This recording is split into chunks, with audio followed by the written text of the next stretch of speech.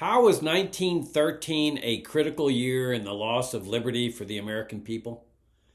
Join Richard Ebeling and me in this week's Libertarian Angle as we examine that question.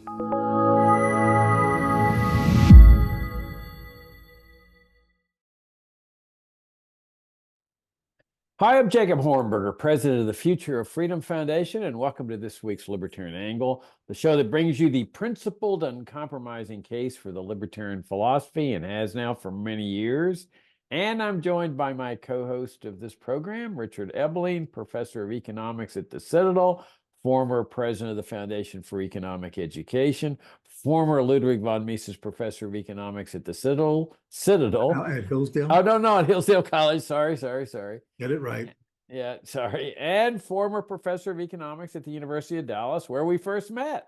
That is true. Many moons ago in an Yeah. earlier century. But I want to calm down the viewers and listeners. That was the 20th century, not the 19th. Exactly. So, Richard, neither one of us was alive in 1913, which I thought would be an interesting year to discuss. In fact, the 1913 was a critical year in terms of the loss of liberty. So I thought we'd examine what happened in that critical year. Let me set the framework first. That the country was founded on some bad principles. We know that: slavery, tariffs, violation of women's rights, others.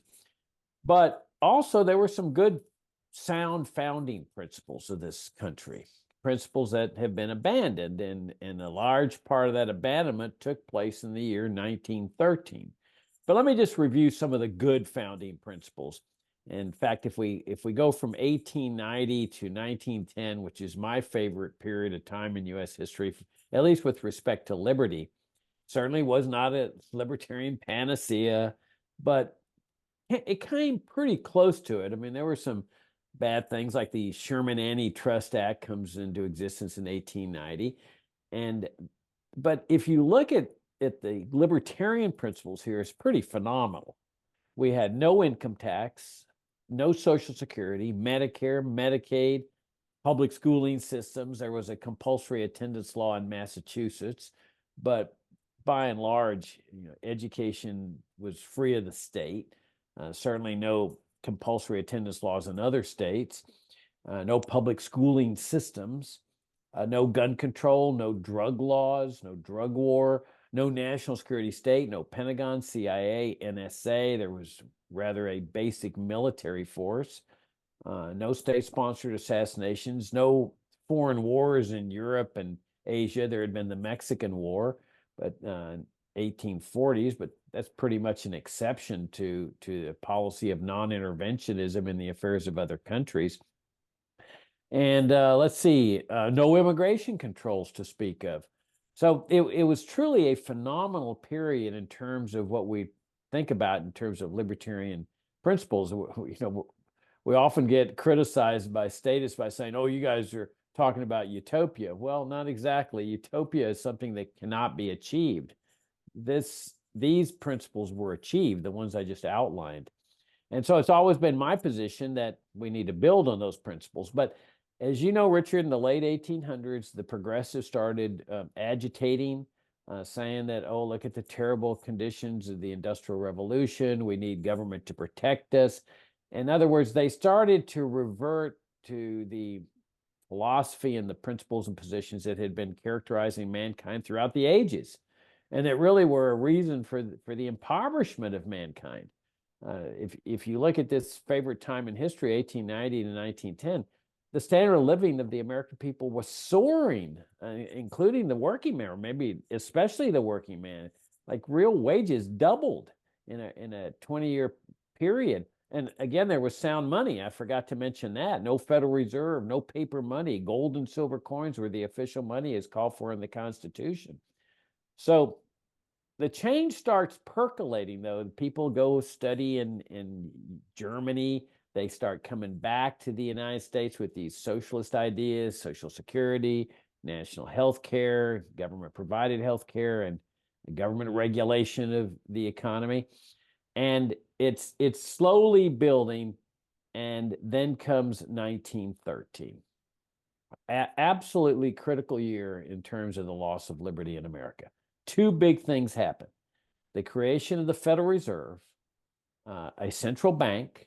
Now, we still had the gold coin, silver coin standard, but it was clear what the direction was going to be. A central bank, its job is to inflate the money supply in order to accommodate what will be ever increasing debt that's being incurred to fund what will become the welfare state. That's where the percolation was going, the agitation, the move toward a gigantic welfare state and then a warfare state.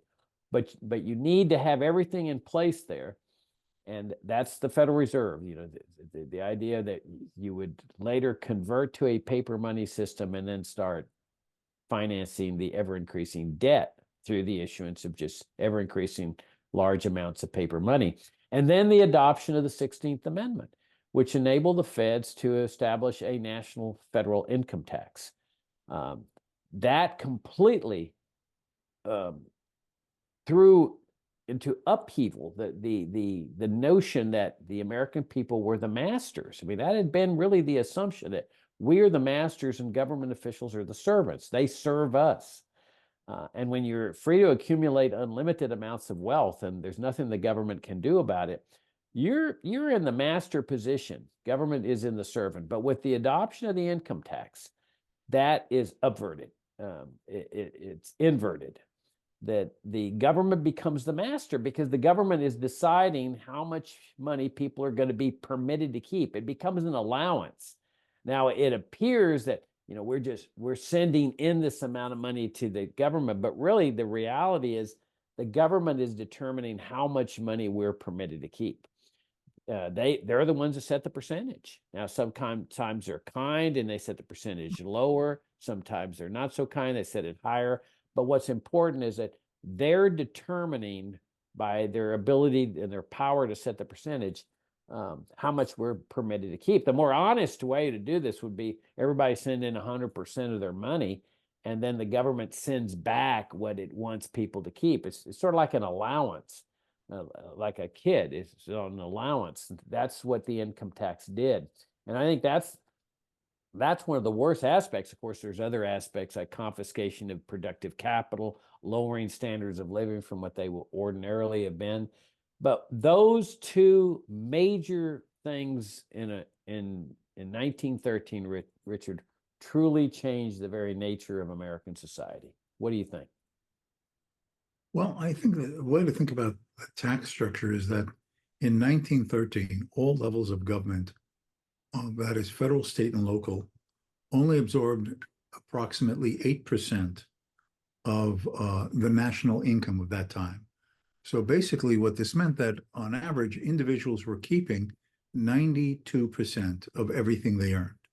And out of that approximately 8% of national income that the government at all levels were absorbing, approximately 5% of it was absorbed by state and local governments. In other words, state and local governments were absorbing more taxation, even of that low amount, than the federal government, because the federal government was basically doing very little.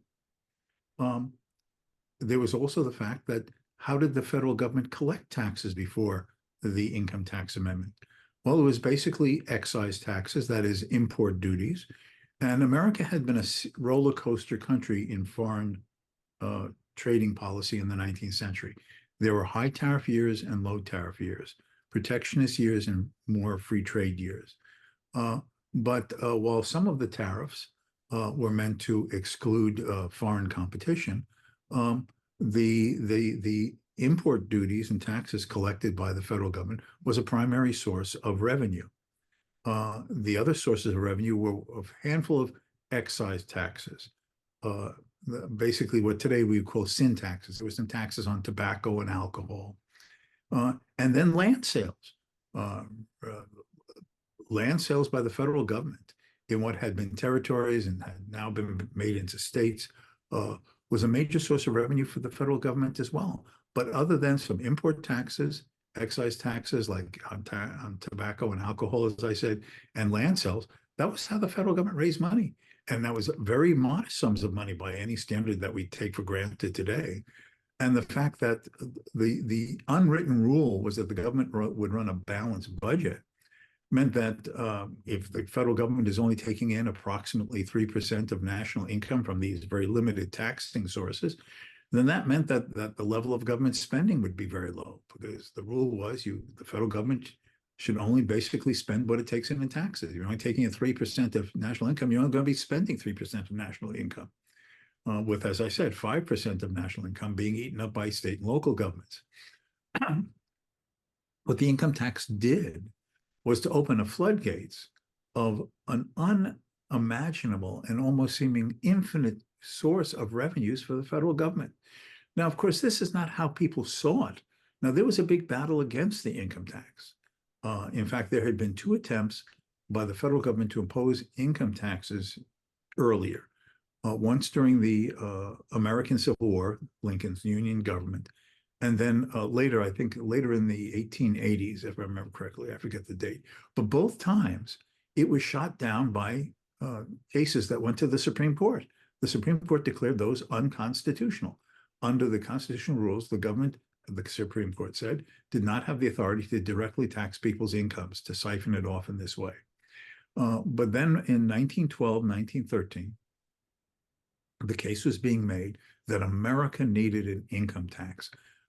It's a new America, a growing America, and a growing America with a growing population is going to need a bigger government, a more socially conscious government. As you were pointing out, this was the progressive era.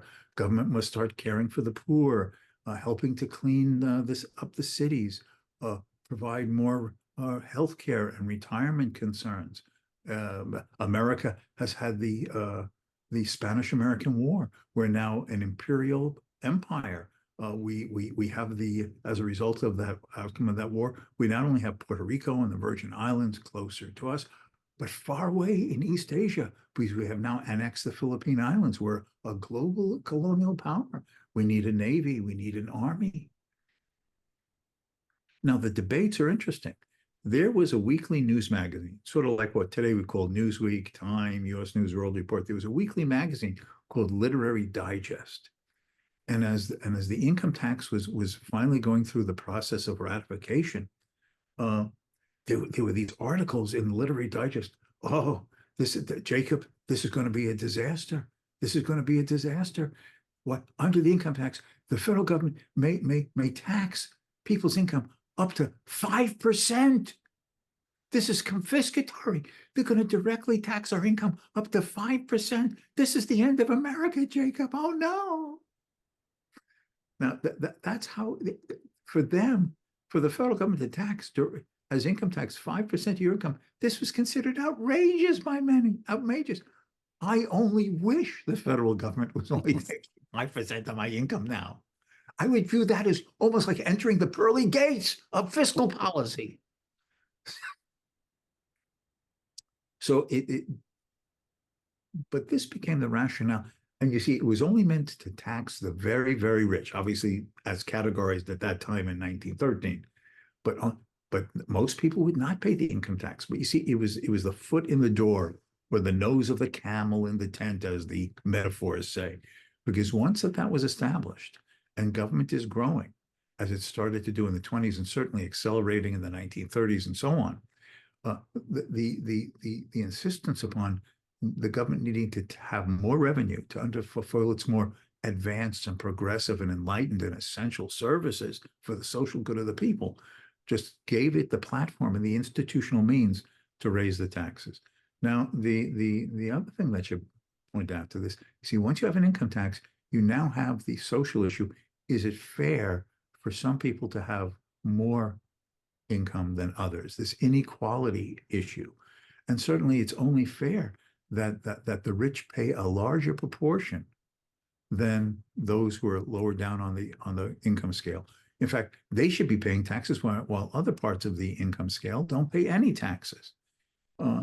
So this just opened the floodgates for an unending source of a siphoning off the private sector's productive wealth and income to serve the unending insatiable urges of government, basically politicians and bureaucrats, to spend other people's money in the service of either their ideological goals or to pandering to the special interest groups who are viewed as essential for campaign contributions and votes on election day. So this has been a disaster. It's basically made the federal government a direct pickpocket of everything we earn. Yeah, you make a lot of good points. You know, when you were talking about the tariffs and excise taxes, I was thinking that, you know, they they live without an income tax entirely because they didn't have the massive expenditures that we have today. They didn't have Social Security. They didn't have Medicare. They didn't have the monstrosity of the national security state.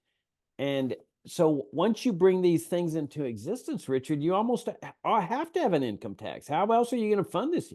The money from tariffs and excise taxes are not enough to fund these massive Right. socialist programs and interventionist programs. So here they got along with just basic tariffs and excise taxes as their revenue. Well, as you added, land sales, but that's pretty minuscule comparatively speaking. But it goes to show you that if you're willing to give up all of the socialism and interventionism and militarism and imperialism, foreign interventionism, foreign military bases, empire, and so forth, you can easily get rid of the income tax. I mean, they proved it that you don't need this massive assault on capital. And that's the thing that the income tax did. Not only did it invert this relationship of master and servant and really turn us into serfs. You know, Hayek writes the book, The Road to Serfdom in 1944. Well, there's no question that the end of that road was reached and has been reached. We live lives as serfs. We exist to serve the state. And people, you know, they go around singing Lee Greenwood's song, "Thank God I'm an American because at least I know I'm free." It's just a lie. It's a lie that people are living and have been living all of their lives. That, oh, we live free lives. No, we don't. We live lives as serfs. We exist to serve the state. We go to work every day to provide the funds for the income tax that we send to the IRS and so forth. And as these expenditures get higher, with Social Security, the baby boomers retiring, the national security states getting us into more foreign incursions, maybe big wars, that income tax is going to increase along with the debasement of the currency. Now, let's shift over to the Federal Reserve. We start out with the soundest money system in history. Okay, the government was in charge, no question about it. They were the ones minting the gold coins and the silver coins. But Richard, it was a totally honest system for more than 100 years. You know, it is possible to debase the currency. Kings had done it before, where they shave the edges off a gold coin that says 1 ounce and it's less than 1 ounce, and they take the shavings and melt a new coin. So they were debasing gold coins back in the Middle Ages and so forth. But this gold coin, silver coin standard was as honest as you could ever get. There was no indication at all ever that the federal government was doing that sort of thing, defrauding people with this issuance of coins. And you had beautiful gold coins, St. Gaudens and so forth. This, when you look at that system of sound money for more than 100 years and no income taxation, where all of the people's savings was going into productive capital for over 100 years, that by the time this favorite time of mine in history comes along at the end of the 19th century, it's incredible because you've got this combination of massive accumulation of productive capital through savings and sound money. You have this tremendous outburst of economic prosperity. They were both working hand in glove together. Well, then they bring in the Federal Reserve, and if that then leads to the 1920s, the Roaring '20s. The Fed is out there expanding debt instruments, and suddenly people are realizing something's askew here. There's the threat of running the banks. They want their gold, the debt instruments. The government had been given the power to borrow, but had never given the power to issue what were called bills of credit. And the states were expressly prohibited from issuing bills of credit, which is paper money. The Constitution made it clear that no state shall make anything but gold coins and silver coins legal tender. Well, the Federal Reserve is brought into existence, starts expanding the issuance of debt instruments that were promising to pay people in gold. And now there's a threat of run on the banks or run on the federal government. So they panic, and this is where the Austrians come in, Murray Rothbard, also Milton Friedman, saying that this was the cause of the stock market crash. It was Federal Reserve miscalculation. And then the Roosevelt uses that in the 1930s as the excuse to nationalize gold without even a constitutional amendment. I mean, imagine this had been the constitutional money for more than 100 years. And this guy on his own just says, I'm nationalizing gold. There's an emergency. Not acknowledging, of course, that it was this government institution of the Federal Reserve that had brought the crisis on. He blamed it on the failure of free enterprise, which was pure nonsense. And then converts this gold coin, silver coin standard totally unconstitutionally into a paper money standard. And so now you've got the worst of all worlds. You've got the Federal Reserve that is now able to expand the paper money supply to its heart's content. You've got the massive out of control spending that is now going to start taking place with Social Security, the whole welfare state. That expands into Lyndon Johnson's Great Society, along with foreign wars like the Vietnam War, until where we are today, $34 trillion in debt, massive amounts still being taken out through income taxation, everybody dependent on the welfare state. They're scared to death that people will die in the streets if you don't have this socialism anymore, like Social Security and Medicare and Medicaid and food stamps and public housing and all the rest of this stuff. You've got the Pentagon, the CIA, and the NSA in charge. I mean, we're really a military nation, at least with respect to foreign affairs. But that critical year and those two critically important programs, income taxation and the creation of the Federal Reserve in 1930, really set the stage for all this, Richard. Yes, in retrospect, the establishment of the Federal Reserve created an engine of paper money creation that most people did not think and didn't expect would be the case.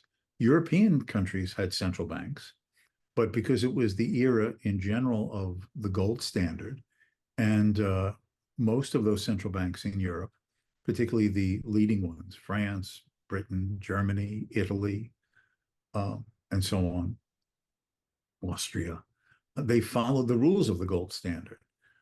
They only issued more paper notes to the extent that people actually deposited on net new increases of gold into their banking systems. If they were net withdrawals of gold, they withdrew currency from circulation. So the amount of paper currency in circulation was merely a reflection, the shadow, if you will, of the amount of gold deposits either put in or withdrawn. Now, did central banks operate beyond that sort of rigid gold standard rule? Certainly they did. But it was few and far between. And when central banks acted in what you and I would consider inappropriate ways, they soon got their houses in order and back to the rule-based, and at least certainly rhetorically said that was what they were supposed to follow as the benchmark guiding all that they did as the trustees of the monetary system. So when the Federal Reserve was established in 1913, the presumption was that the new Federal Reserve System, which was passed by an act of Congress in 1913 and opened its doors in January 1914, would just basically be along the same model.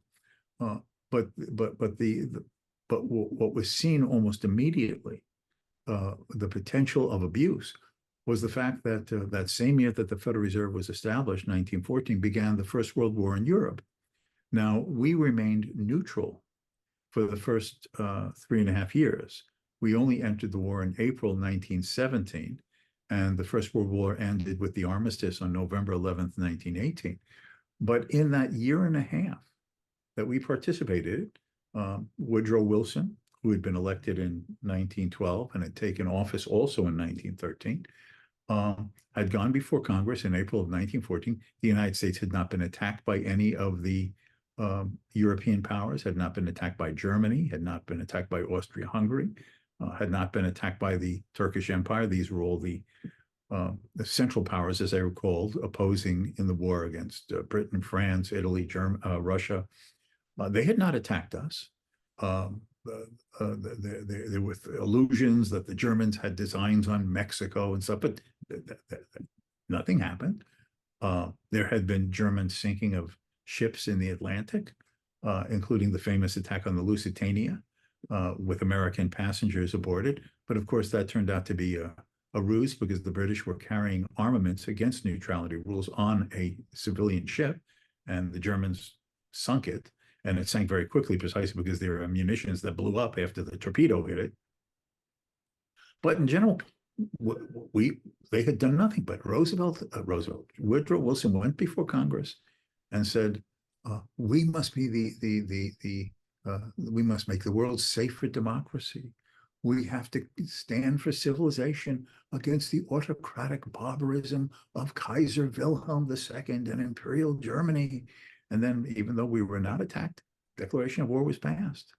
Now, for that year and a half that we were in the conflict, approximately 40% of the federal government's war expenditures, armaments, soldiers, shipping them over, fighting the battles on the Western Front in France, and so on, 40% of the government's war expenditures were financed through paper money. Government issued debt. The Federal Reserve, through the secondary markets, bought up that debt and radically expanded the money supply. We went through an inflation that the U.S. had not seen since the Civil War. And that just showed the engine of danger that the establishment of the Federal Reserve had within its potential, which then just exploded again in the 1930s with Roosevelt, and has now generated what some have called the age of inflation. That certainly from World War II on, in the United States, and of course in many other countries around the world, it has just been unending price inflation caused by expanding money supplies. Now, sometimes the inflation has been, quote, modest, 2.5% a year, 1.5% a year. Sometimes, as in the 1970s here in the United States, it reached a level where price inflation, as measured by the Consumer Price Index, was rising at approximately an annualized rate of approximately 15%. Those are rates of price inflation that had not been seen since a century earlier during the American Civil War.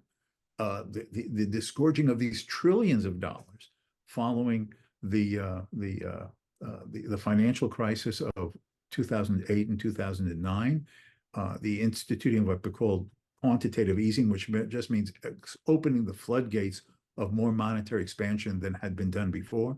Then the response to COVID, where again, another $4 trillion was pumped into the U.S. economy by the Federal Reserve, basically to pay for those trillions of dollars that first Trump and then Biden, with reckless abandon, has been running in the form of deficits.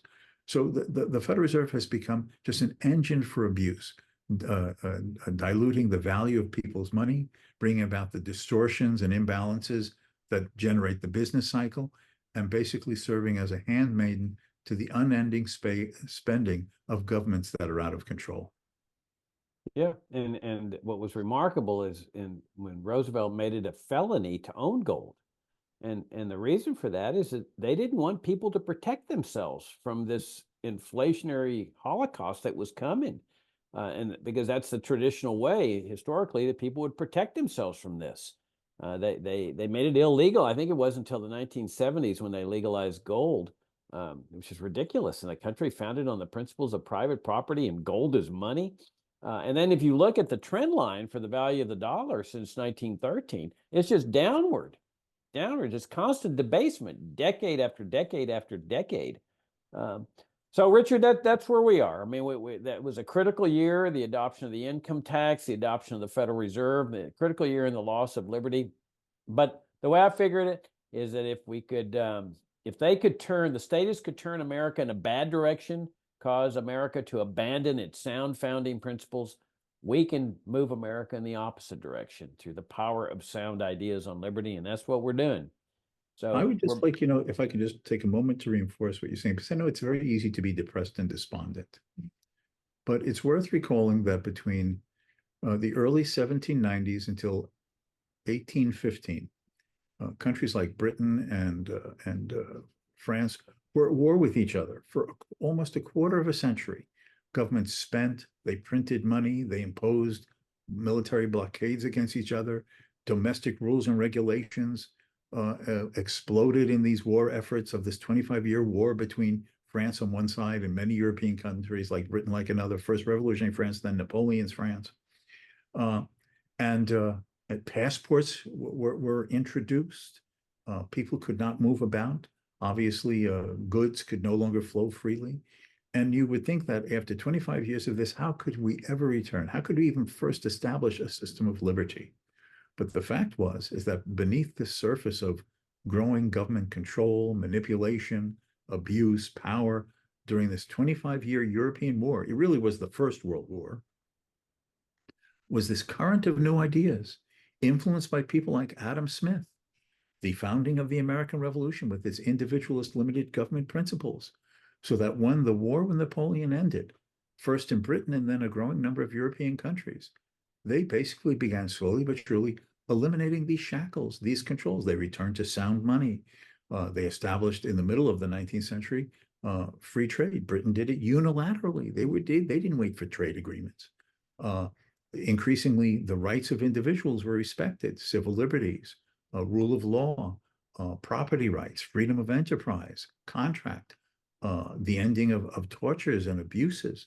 All of these were the achievements of the liberal era, in spite of what seems so despondently as their version of big government during those war years between Napoleon and the rest of Europe. So the fact that the shackles of control could be thrown off at once and create this, as you were saying, amazing century of the 19th century with, in spite of its imperfections, rising standards of living, greater degrees of freedom than ever have been experienced before, then there's no reason that in spite of the appearance of an uncontrollable government, an institutionalized spider's web of government controls and bureaucracies, there's no reason to think that the right set of ideas that can arouse the enthusiasm and the imagination and the belief and desire among enough people could not restore a movement for liberty that would make the end of the 21st century the achievement of the free society. Well, you can't get much more eloquent and insightful than that. So we'll wrap that up on that fine note. Richard, I greatly enjoyed the conversation. As always, thank you all for tuning in. Thank you for your support of FFF. If you're brand new to us, come and visit us at fff.org. Subscribe to our FFF Daily. Richard, look forward to seeing you next week. Thank you. Until next time.